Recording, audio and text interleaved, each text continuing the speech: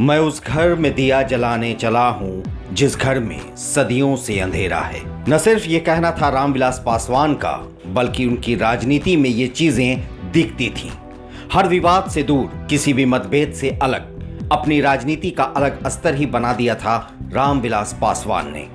शायद यही वजह थी कि उन्होंने कई मंत्रिमंडल में 6 प्रधानमंत्रियों के कार्यकाल में शामिल रहे। केंद्र में पहली बार जनता दल के सरकार में मंत्री बने, तो फिर यूपीए सरकार में भी, फिर वाजपेयी सरकार में केंद्रीय मंत्री, तो यूपीए में रहे मनमोहन सिंह के साथ, यहां तक जब आई नरेंद्र मोदी की सरकार फिर बने केंद्रीय मंत्री।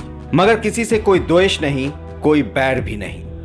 मतलब ये बहुत बड़ी बात थी कि इस तरह गठबंधन बदला, मगर कभी भी किसी भी विवाद का हिस्सा नहीं हुए रामविलास पासवान। और शायद यही वजह थी कि जब लोजपा के कार्यालय में उनका पार्थिव शरीर लाया गया तो गूंज उठा नारा, गूंजे धरती आसमान रामविलास पासवान।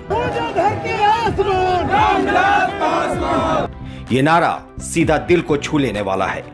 हर तरफ लोगों की आंखें नम थीं, हर कोई उनके पटना स्थित आवास पर अपने उस नेता से मिलने को बेचैन था। कोई कह रहा कि साहब की बदौलत हम यहां तक पहुंचे, तो कोई कह रहा मेरे अभिभावक थे वो।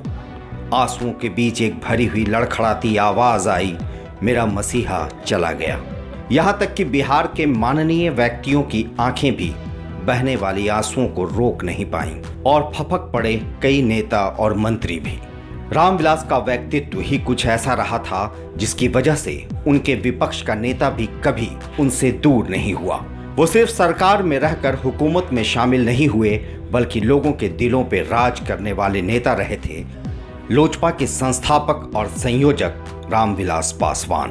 बिहार में राजनीतिक सरगर्मी तेज है, लोगों में चुनाव की तैयारी जोरों पर है। ऐसे में लोजपा अकेले चुनावी मैदान में है। इस बीच रामविलास पासवान ने अपने बेटे चिराग पासवान को न सिर्फ अपनी पार्टी लोजपा की कमान उन्हें दी है, बल्कि चिराग को राजनीति के गुण भी सिखा दिए हैं। बेटे के लिए पिता की विरासत को आगे बढ़ाना भी एक बड़ी जिम्मेदारी होती है। इसमें कोई शक नहीं कि चिराग पासवान ने पार्टी की कमान बखूबी संभाली है।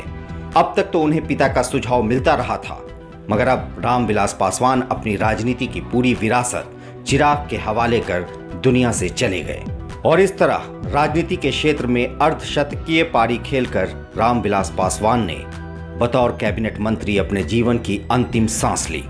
उनके पार्थिव शरीर को उनके पटना स्थित आवास से दीघा घाट ले जाया गया और शनिवार को पूरे राजकीय सम्मान के साथ पटना के दीघा घाट में पंचतत्व में विलीन हो गए रामविलास पासवान।